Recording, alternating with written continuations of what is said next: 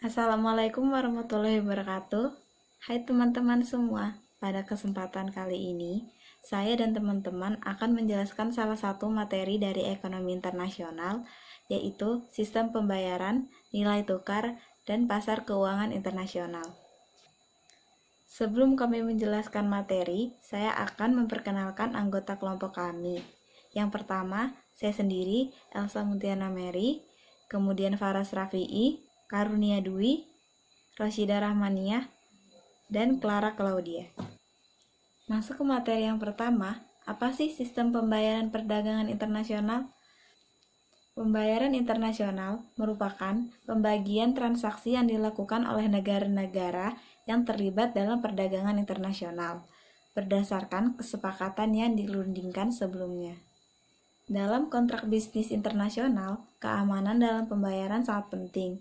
Untuk menjamin keamanan dan kemudahan dalam pelaksanaan perdagangan internasional, dibuatlah cara-cara pembayaran. Yang pertama, advance payment. Advance payment merupakan pembayaran yang dilakukan dengan menggunakan cek atau bank draft pada saat barang dikirim eksportir atau sebelumnya. Selanjutnya, letter of credit. Letter of credit adalah suatu surat yang dikeluarkan oleh bank atas perintah importir, di mana bank tersebut yang menyetujui dan membayar vessel yang ditarik oleh importir. Kemudian ada open account. Open account merupakan kebalikan dari advance payment. Pembayaran open account yang mana barang yang telah dikirim kepada importir tanpa disertai surat perintah membayar serta dokumen-dokumen. Baik teman-teman, di sini saya akan menjelaskan tentang pelaksanaan transaksi perdagangan luar negeri dapat diatur dengan cara pembayaran sebagai berikut. Ada 3 di slide ini, yaitu yang pertama collection. Apa itu collection? Collection merupakan cara pembayaran dengan mempergunakan jasa bank untuk melakukan penagihan. Yang kedua ada konsinyasi, yaitu variasi lain dari cara pembayaran dengan open account. Melalui konsinyasi, penjual yang terlebih dahulu mengirimkan barang. Yang ketiga yaitu commercial bills of exchange. Apa itu? Ini disebut draft atau trade bills, yaitu surat yang ditulis oleh penjual yang berisi perintah kepada pembeli untuk membayar sejumlah uang tertentu pada waktu tertentu di masa yang akan datang, yang biasanya disebut trade draft. Jenis draft terdiri dari clean draft dan documentary draft. Oke, selanjutnya yaitu nilai tukar. Nilai tukar mengacu pada daya beli mata uang satu negara terhadap mata uang negara lain. Ini dibagi menjadi 2, yaitu sistem nilai tukar dan fluktuasi nilai tukar. Apa itu sistem nilai tukar atau exchange rate system? Adalah kerangka kebijakan yang diadopsi oleh suatu negara untuk mengelola nilai tukar mata uangnya. Jadi ada 2 jenis utama sistem nilai tukar, yaitu nilai tukar tetap dan nilai tukar bebas, yang dimana masing-masing jenis utama tersebut memiliki variasinya masing-masing. Yang kedua yaitu fluktuasi nilai tukar. Apa sih fluktuasi nilai tukar itu? Adalah naik turunnya harga suatu mata uang dibanding mata uang lainnya. Jadi perubahan harga tersebut disebabkan oleh permintaan dan penawaran di pasar untuk mata uang tersebut dibanding mata uang lainnya. Mungkin seperti itu. Dan juga jika kita pernah mendengar berita mengenai nilai mata uang rupiah yang berfluktuasi terhadap dolar Amerika Serikat, maka itu berarti harga itu sedang bergerak, bisa naik ataupun turun akibat terjadinya transaksi yang melibatkan 2 mata uang tersebut.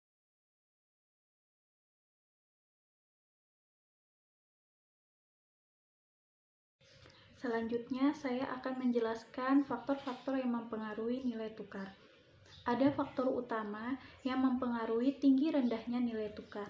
Yang pertama, laju inflasi relatif. Yang kedua, tingkat pendapatan relatif. Laju pertumbuhan pendapatan terhadap harga-harga luar negeri merupakan faktor lain yang mempengaruhi permintaan dan penawaran dalam pasar valuta asing.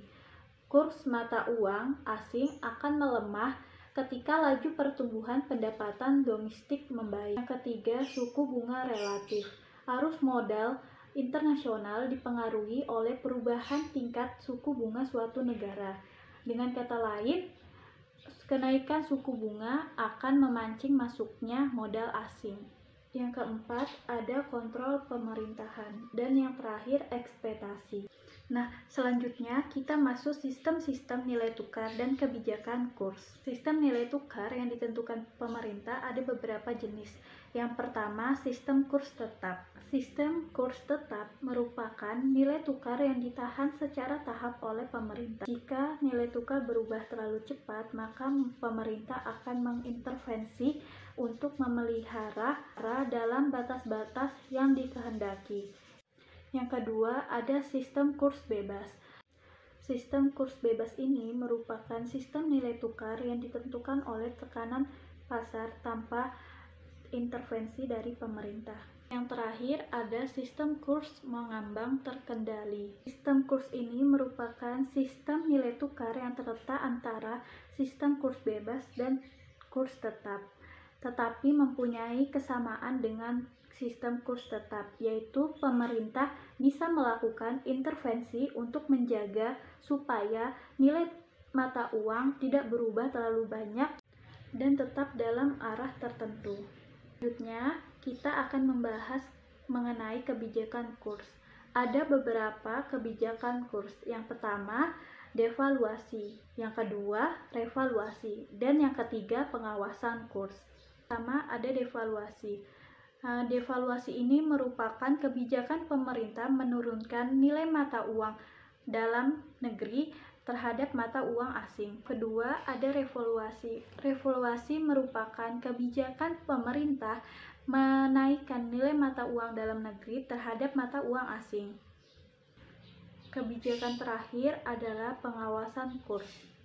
Pengawasan kurs yang dimaksud di sini adalah cara mengawasi pergerakan kurs valuta asing terhadap rupiah. Ikut campur menekan harga valuta asing terhadap rupiah, maka pemerintah dapat mengambil keputusan menyelamatkan rupiah terhadap mata uang asing tersebut. Di sini saya akan menjelaskan materi selanjutnya mengenai pasar keuangan internasional. Pasar keuangan internasional. Apa sih yang dimaksud dengan pasar keuangan internasional? Pasar keuangan internasional merupakan pertemuan antara pembeli dan penjual yang dimana subjeknya ialah antar negara yang saling bersangkutan. Adapun salah satu cara untuk memperdagangkan produknya ialah dengan bursa efek secara langsung antara penjual dan pembeli. Selanjutnya ialah pasar keuangan dikelompokkan sebagai pasar internal dan pasar eksternal. Adapun faktor-faktor yang mendorong terciptanya integrasi pasar keuangan. Yang pertama ialah deregulasi atau liberalisasi pasar dan aktivitas peserta pada pusat keuangan utama. Yang kedua, kemajuan teknologi yang memungkinkan pengawasan pasar dunia, pelaksanaan pesanan, dan analisis peluang keuangan. Dan yang ketiga ialah peningkatan institusionalisasi pasar keuangan.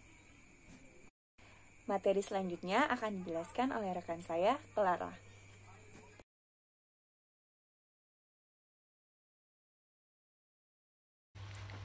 Hai teman-teman, di sini saya akan menjelaskan 5 jenis pasar keuangan internasional. Yang pertama yaitu pasar eokrensi. Pasar eokrensi ini memudahkan transfer dana internasional khususnya yang berjangka waktu pendek. Yang kedua ada pasar eokredit, di mana pasar eokredit ini melayani unit ekonomi yang kekurangan dana terutama dalam kredit jangka menengah. Yang ketiga ada pasar modal internasional. Pasar modal internasional ini melayani transfer dana jangka panjang dalam wujud investasi equity. Yang keempat ada pasar eurobond, di mana pasar eurobond ini memudahkan jangka panjang dari pihak yang kelebihan dana kepada yang kekurangan dana. Yang terakhir ada pasar currency swap, future, option, dan forward, di mana transfer dana internasional dalam pasar keuangan internasional seringkali menempatkan para pelaku ekonomi dalam kondisi mudah menderita resiko falas ataupun resiko suku bunga. Baik teman-teman, dapat disimpulkan dari materi kelompok kami yaitu dalam pelaksanaan transaksi perdagangan internasional atau lebih dikenal dengan aktivitas ekspor maupun impor, selalu ada metode pembayaran guna mempelancar proses perdagangan tersebut. Beberapa metode pembelajaran dalam perdagangan internasional dan yang umum digunakan adalah sebagai berikut: advance payment, open auction, letter of credit, konsinyasi, collection, komersial, dan bill of exchange. Sekian dari presentasi kelompok kami, kurang lebihnya mohon maaf. Wassalamualaikum warahmatullahi wabarakatuh.